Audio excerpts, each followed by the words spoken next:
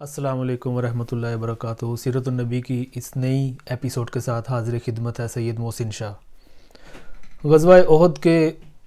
تمام اسباب اور جنگ کے حالات ہم نے ڈسکس کیے اور آپ کے سامنے میں نے اس کو پیش کرنے کی کوشش کی، اور اس میں کس طرح حضرت حمزہ رضی اللہ تعالیٰ عنہ آپ کی شہادت ہوئی، اور نبی کریم صلی اللہ علیہ وآلہ وسلم کے اوپر جو کفار نے حملہ کرنے کی کوشش کی، کس طریقے سے اس جنگ کے سارے معاملات جو ہیں وہ وہاں پر احد کے میدان میں مسلمانان عالم نے اور کفار نے آپس میں ایک دوسرے کے ساتھ مڈ بھیڑ ہوئی، اور اس کے بعد کیا ہوا اور کیا معاملات ہوئے، اور اس جنگ کے حالات جو تھے، اس جنگ کے بعد مسلمانوں پر اور عالم پر اس جنگ کا کیا اثر پڑا۔ تو جب جنگ ختم ہو گئی اور مسلمان مدینہ شریف کی طرف واپس آنا شروع ہوئے اور شہداء کی تدفین وغیرہ ہو گئی، اس کے بعد نبی کریم صلی اللہ علیہ وآلہ وسلم اللہ کی حمد و ثنا بیان کرنے کے بعد فارغ ہوئے، اور رسول اللہ صلی اللہ علیہ وآلہ وسلم نے پھر مدینہ کا رخ فرمایا۔ تو جس طرح دوران کارزار اہل ایمان صحابہ سے محبت اور جان سپاری کے نادر واقعات کا ظہور ہوا تھا، اسی طرح راہ میں بھی اہل ایمان صحابیات سے صدق و جان سپاری کے عجیب عجیب واقعات ظہور ہوئے۔ راستے میں نبی کریم صلی اللہ علیہ وآلہ وسلم کی ملاقات حضرت حمنہ بنت جہش رضی اللہ تعالی عنہا سے ہوئی۔ انہیں ان کے بھائی عبداللہ بن جہش کی شہادت کی خبر دی گئی۔ انہوں نے انا للہ پڑھی اور دعائے مغفرت کی۔ پھر ان کے ماموں حضرت حمزہ بن عبد المطلب کی شہادت کی خبر دی گئی۔ انہوں نے پھر انا للہ پڑھی اور دعائے مغفرت کی۔ اس کے بعد ان کے شوہر حضرت مصعب بن عمیر رضی اللہ تعالی عنہ کی شہادت کی خبر دی گئی تو تڑپ کر چیخ اٹھیں اور دھاڑ مار کر رونے لگیں۔ رسول اللہ صلی اللہ علیہ وآلہ وسلم نے فرمایا، عورت کا شوہر اس کے ہاں ایک خصوصی درجہ رکھتا ہے۔ یعنی جب ان کو حضرت حمزہ کی خبر ملی، ان کو ان کے بھائی حضرت عبداللہ کی خبر ملی، تو انہوں نے انا للہ و انا الیہ راجعون پڑھی اور صبر کیا۔ لیکن جب ان کے شوہر حضرت مصعب بن عمیر رضی اللہ تعالیٰ عنہ کی خبر ملی تو ان کو ایک گہرا صدمہ پہنچا اور رونا شروع کر دیا انہوں نے۔ تو پھر نبی کریم صلی اللہ علیہ وآلہ وسلم نے یہ فرمایا کہ عورت کا شوہر اس کے لیے ایک خصوصی درجہ رکھتا ہے، اس لیے اس عورت کو اتنا دکھ اور صدمہ پہنچا ہے۔ اسی طرح جب آپ کا گزر بنو دینار کی ایک خاتون کے پاس سے ہوا، جس کے شوہر، بھائی اور والد تینوں خلعت شہادت سے سرفراز ہو چکے تھے، جب انہیں ان لوگوں کی شہادت کی خبر دی گئی تو کہنے لگیں کہ رسول اللہ صلی اللہ علیہ وآلہ وسلم کا کیا ہوا؟ لوگوں نے کہا، اے ام فلاں، حضور بخیر ہیں اور بحمد اللہ جیسا تم چاہتی ہو ویسے ہی ہیں۔ خاتون نے کہا، ذرا مجھے دکھلا دو، میں بھی آپ کا وجود مبارک دیکھ لوں۔ لوگوں نے انہیں اشارے سے بتایا تو جب ان کی نظر آپ پر پڑی تو بے ساختہ پکار اٹھی، کلو مصیبت بعدک جلال، آپ کے بعد ہر مصیبت ہیچ ہے۔ یعنی آپ کے بعد جب نبی کریم صلی اللہ علیہ وآلہ وسلم موجود ہیں تو ان کے بعد ہر مصیبت جو ہے وہ بہت پست ہے، نیچے ہے۔ اور اسی طرح راستے میں کافی واقعات پیش آئے۔ تو جب نبی کریم صلی اللہ علیہ وآلہ وسلم آپ مدینہ شریف میں پہنچ گئے، میرے اور آپ کے کریم آقا جنہوں نے یثرب کو مدینہ بنا دیا۔ یثرب جو تھا وہ بیماریوں کا گڑھ تھا، اور جب میرے کریم آقا کے وہاں پر قدم لگے تو وہ یثرب سے اس کا نام چینج ہو کے مدینہ المنورہ ہو گیا۔ تو اسی روز 7 شوال 3 ہجری کو شام کو رسول اللہ صلی اللہ علیہ وآلہ وسلم مدینہ شریف میں پہنچ گئے احد سے واپس۔ تو گھر پہنچ کر اپنی تلوار حضرت فاطمہ رضی اللہ تعالی عنہا کو دی اور فرمایا، بیٹی اس کا خون دھو دو، خدا کی قسم یہ آج میرے لیے بہت صحیح ثابت ہوئی۔ پھر حضرت علی نے بھی تلوار لپکائی اور فرمایا، اس کا بھی خون دھو دو، واللہ یہ بھی آج بہت صحیح ثابت ہوئی۔ اس پر رسول اللہ صلی اللہ علیہ وآلہ وسلم نے فرمایا، اگر تم نے بے لاگ جنگ کی ہے تو تمہارے ساتھ سہل بن حنیف اور ابو دجانہ نے بھی بے لاگ جنگ کی ہے۔ یعنی حضرت علی رضی اللہ تعالیٰ عنہ آپ نے اور حضرت سہل بن حنیف اور حضرت ابو دجانہ، یہ 3 ایسے جان باز تھے کہ جو دشمن کی صفوں کے اندر گھس کے تو وہاں جنگ کرتے تھے۔ تو نبی کریم صلی اللہ علیہ وآلہ وسلم نے مولا علی کو ان دونوں کے نام بھی بتائے کہ یہ دونوں بھی تمہارے ساتھ ساتھ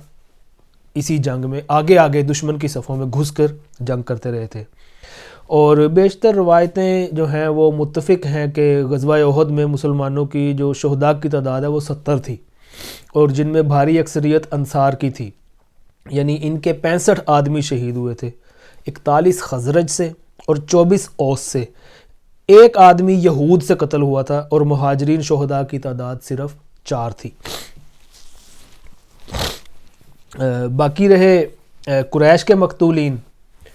یعنی یہ تو جو مسلمان صحابہ کرام جو شہید ہوئے تھے یہ ان کی تعداد ہے، تو جو قریش کے مقتولین تھے تو ابن اسحاق کے بیان کے مطابق ان کی تعداد 22 تھی،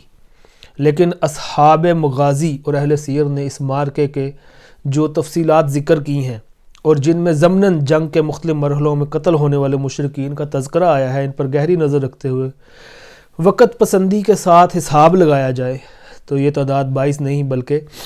37 بنتی ہے، واللہ عالم۔ اب مسلمانوں نے مارکہ احد سے واپس آ کر مدینہ شریف میں جو رات گزاری وہ بڑی ہنگامی حالت میں گزاری، اور جنگ نے انہیں چور چور کر کے رکھ دیا تھا۔ اس کے باوجود وہ رات بھر مدینے کے راستوں اور گزرگاہوں پر پہرا دیتے رہے، اور اپنے سپہ سالار اعظم رسول اللہ صلی اللہ علیہ وآلہ وسلم آپ کی خصوصی حفاظت پر تعینات رہے، کیونکہ انہیں ہر طرف سے خدشات لاحق تھے۔ ادھر رسول اللہ صلی اللہ علیہ وآلہ وسلم نے پوری رات جنگ سے پیدا شدہ صورتحال پر غور کرتے ہوئے گزاری، اور آپ کو اندیشہ تھا کہ اگر مشرکین نے سوچا کہ میدان جنگ میں اپنا پلہ بھاری رہتے ہوئے بھی ہم نے کوئی فائدہ نہیں اٹھایا تو انہیں یقیناً ندامت ہوگی، اور وہ راستے سے پلٹ کر مدینے پر دوبارہ حملہ کریں گے۔ اس لیے آپ نے فیصلہ کیا کہ بہرحال مکی لشکر کا تعاقب کیا جانا چاہیے۔ یعنی اب رات کو نبی کریم صلی اللہ علیہ وآلہ وسلم یہ سوچ رہے ہیں کہ مکے کے جو کفار آئے تھے وہ یہ سوچ سکتے ہیں کہ ہمارا پلڑا بھاری تھا جنگ میں، لیکن پھر بھی ہمیں کوئی خاطر خواہ فائدہ نہیں ہوا، تو اسی چکر میں وہ کہیں دوبارہ مدینہ شریف پہ حملہ نہ کر دیں۔ تو نبی کریم صلی اللہ علیہ وآلہ وسلم نے یہ فیصلہ کیا کہ ان کے اوپر تعاقب کر کے ان پر دیکھا جائے کہ ان کی کیا پلاننگ ہے۔ تو اہل سیر یعنی سیرت نگار جو ہیں ان کا بیان ہے کہ رسول اللہ صلی اللہ علیہ وآلہ وسلم نے مارکہ احد کے دوسرے دن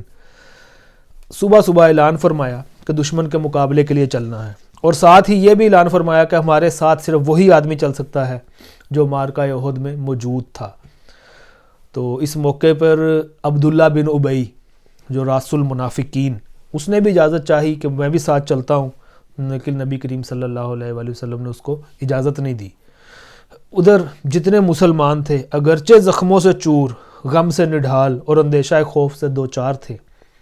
لیکن سب نے بلا تردد سر اطاعت خم کر دیا۔ حضرت جابر بن عبداللہ نے بھی اجازت چاہی جو جنگ احد میں شریک نہ تھے، حاضر خدمت ہو کر عرض کی، یا رسول اللہ صلی اللہ علیہ وآلہ وسلم، میں چاہتا ہوں کہ آپ جس کسی جنگ میں تشریف لے جائیں میں بھی حاضر خدمت رہوں، اور چونکہ اس جنگ میں یعنی غزوہ احد میں میرے والد نے مجھے اپنی بچیوں کی دیکھ بھال کے لیے گھر پر روک دیا تھا، لہذا آپ مجھے اجازت دے دیں کہ میں بھی آپ کے ساتھ چلوں۔ اس پر آپ نے انہیں اجازت دے دی۔ تو پروگرام کے مطابق رسول اللہ صلی اللہ علیہ وآلہ وسلم مسلمانوں کے ہمراہ لے کر، مسلمانوں کو اپنے ساتھ لے کر مدینے سے 8 میل دور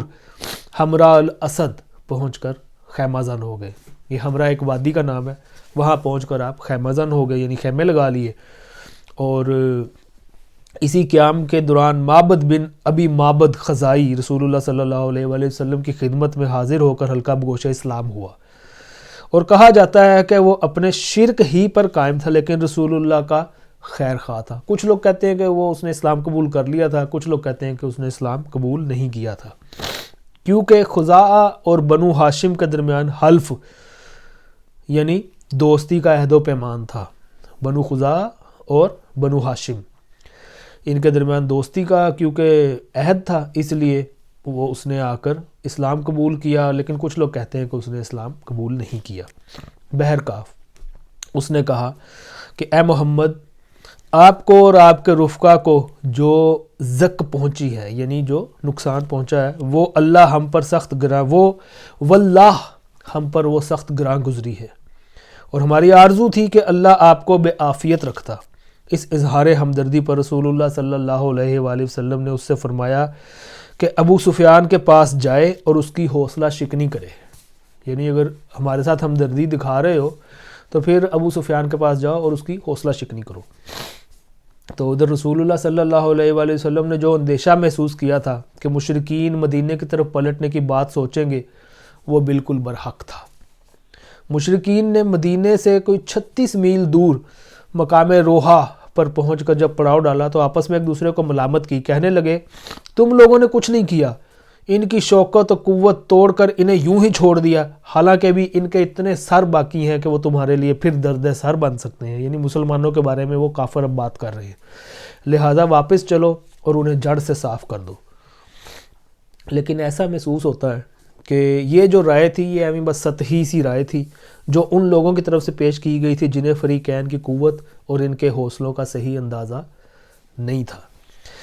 اسی لیے ایک ذمہ دار افسر صفوان بن امیہ نے اس رائے کی مخالفت کی اور کہا لوگوں ایسا نہ کرو، مجھے خطرہ ہے کہ جو مسلمان غزوہ احد میں نہیں آئے تھے وہ بھی اب تمہارے خلاف جمع ہو جائیں گے، لہذا اس حالت میں واپس چلے چلو کہ فتح تمہاری ہے، ورنہ مجھے خطرہ ہے کہ مدینے پر چڑھائی کرو گے تو گردش میں پڑ جاؤ گے۔ لیکن بھاری اکثریت نے یہ رائے قبول نہ کی اور فیصلہ کیا کہ مدینے واپس جائیں گے۔ لیکن ابھی پڑاؤ چھوڑ کر ابو سفیان اور اس کے فوجی ہلے بھی نہ تھے کہ معبد بن ابی معبد خزائی پہنچ گیا، وہی شخص جس کو رسول اللہ صلی اللہ علیہ وآلہ وسلم نے کہا تھا کہ ابو سفیان کو جا کے اس کی حوصلہ شکنی کرو۔ تو ابو سفیان کو معلوم نہ تھا کہ یہ مسلمان ہو گیا ہے۔ اس نے پوچھا معبد پیچھے کی کیا خبر ہے؟ تو معبد نے پروپیگنڈے کا سخت اعصابی حملہ کرتے ہوئے کہا کہ محمد اپنے ساتھیوں کو لے کر تمہارے تعاقب میں نکل چکے ہیں، ان کی جمعیت اتنی بڑی ہے کہ میں نے ویسی جمعیت کبھی دیکھی ہی نہیں، یعنی اتنے لوگ اپنے ساتھ لے کر وہ آ چکے ہیں کہ میں نے اتنی بڑی کوئی قوت آج تک نہیں دیکھی۔ تو سارے لوگ تمہارے خلاف غصے سے کباب ہوئے جا رہے ہیں، احد میں پیچھے رہ جانے والے بھی آ گئے ہیں، وہ کچھ ضائع کر چکے ہیں، اس پر وہ سخت نادم ہے، اور تمہارے خلاف اس قدر بھڑکے ہوئے ہیں کہ میں نے اس کی مثال ہی نہیں دیکھی۔ ابو سفیان نے کہا ارے بھائی یہ کیا کہہ رہے ہو؟ معبد نے کہا واللہ میرا خیال ہے کہ تم کوچ کرنے سے پہلے پہلے گھوڑوں کی پیشانیاں دیکھ لو گے یا لشکر کا ہراول دستہ اس ٹیلے کے پیچھے نمودار ہو جائے گا۔ اب یہ پروپیگنڈا ہو رہا ہے۔ ابو سفیان نے کہا واللہ ہم نے فیصلہ کیا ہے کہ ان پر پلٹ کر پھر حملہ کریں اور ان کی جڑ کاٹ کر رکھ دیں۔ معبد نے کہا ایسا نہ کرنا، میں تمہاری خیر خواہی کی بات کر رہا ہوں۔ یہ باتیں سن کر مکی لشکر کے حوصلے ٹوٹ گئے، ان پر گھبراہٹ اور رعب طاری ہو گیا اور انہیں اسی میں عافیت نظر آئی کہ مکے کی جانب اپنی واپسی جاری رکھیں۔ البتہ ابو سفیان نے اسلامی لشکر کو تعاقب سے باز رکھنے اور اس طرح دوبارہ مسلح ٹکراؤ سے بچنے کے لیے پروپیگنڈے کا ایک جوابی اعصابی حملہ کیا، اور جس کی صورت یہ ہوئی کہ ابو سفیان کے پاس سے قبیلہ عبد القیس کا ایک قافلہ گزرا۔ اب جس طرح نبی کریم صلی اللہ علیہ وآلہ وسلم نے اس شخص کو معبد کو بھیجا تھا کہ جا کے ابو سفیان کی حوصلہ شکنی کرو، تو اس نے اپنا کام کر دیا۔ تو اب ابو سفیان نے بھی جوابی کوشش کی، اور وہ جو قبیلہ عبد القیس کا قافلہ گزرا، ابو سفیان نے کہا کیا آپ لوگ میرا ایک پیغام محمد کو پہنچا دیں گے صلی اللہ علیہ وآلہ وسلم؟ میرا وعدہ ہے کہ اس کے بدلے جب آپ لوگ مکہ آئیں گے تو عکاظ کے بازار میں آپ لوگوں کو اتنی کشمش دوں گا جتنی آپ کی یہ اونٹنی اٹھا سکے گی۔ ان لوگوں نے کہا جی ہاں ہم کریں گے ایسا۔ ابو سفیان نے کہا تو پھر محمد کو یہ خبر پہنچا دیں کہ ہم نے ان کی اور ان کے رفقا کی جڑ کاٹ دینے کے لیے دوبارہ پلٹ کر حملہ کرنے کا فیصلہ کر لیا ہے۔ اب وہ اپنا پروپیگنڈا کر رہا ہے۔ اس کے بعد جب یہ قافلہ حمراء الاسد میں رسول اللہ صلی اللہ علیہ وآلہ وسلم اور صحابہ کرام کے پاس سے گزرا تو ان سے ابو سفیان کا پیغام کہہ سنایا اور کہا کہ لوگ تمہارے خلاف جمع ہیں، ان سے ڈرو، مگر ان کی باتیں سن کر مسلمانوں کے ایمان میں اور اضافہ ہو گیا، اور انہوں نے کہا حسبنا اللہ و نعم الوکیل، اللہ ہمارے لیے کافی ہے اور بہترین کارساز ہے۔ اس ایمانی قوت کی بدولت وہ لوگ اللہ کی نعمت اور فضل کے ساتھ پلٹے، انہیں کسی برائی نے نہ چھوا، اور انہوں نے اللہ کی رضامندی کی، پیروی کی، اور اللہ بڑے فضل والا ہے۔ رسول اللہ صلی اللہ علیہ وآلہ وسلم اتوار کے دن ہمراہ الاسد تشریف لے گئے تھے، اور دوشنبہ یعنی منگل اور بدھ تک وہیں مقیم رہے۔ تو اتوار، پیر، منگل، بدھ، تقریباً 4-5 دن وہیں مقیم رہے۔ اس کے بعد آپ مدینہ شریف واپس آ گئے۔ تو مدینہ واپسی سے پہلے ابو عزہ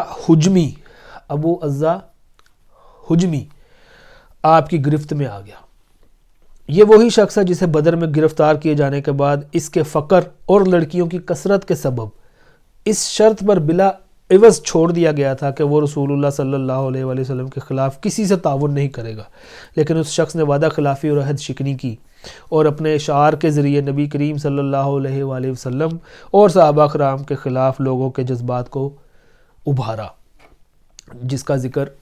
پہلے بھی میں کر چکا ہوں۔ تو پھر وہ مسلمانوں سے لڑنے کے لیے خود بھی جنگ احد میں آ گیا۔ جب یہ گرفتار کر کے رسول اللہ صلی اللہ علیہ وآلہ وسلم کی خدمت میں لایا گیا تو کہنے لگا، اے محمد، میری لغزش سے درگزر کر دو، مجھ پر احسان کر دو، اور میری بچیوں کی خاطر مجھے چھوڑ دو۔ میں عہد کرتا ہوں کہ اب دوبارہ ایسی حرکت نہیں کروں گا۔ نبی کریم صلی اللہ علیہ وآلہ وسلم نے فرمایا، اب یہ نہیں ہو سکتا کہ تم مکہ جا کر